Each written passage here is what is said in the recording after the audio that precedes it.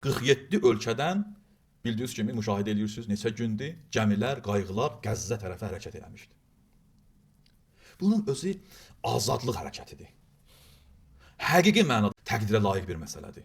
Dünyanın azad insanları zülmə yox dedilər, qorxmadılar, bu hərəkətə başladılar.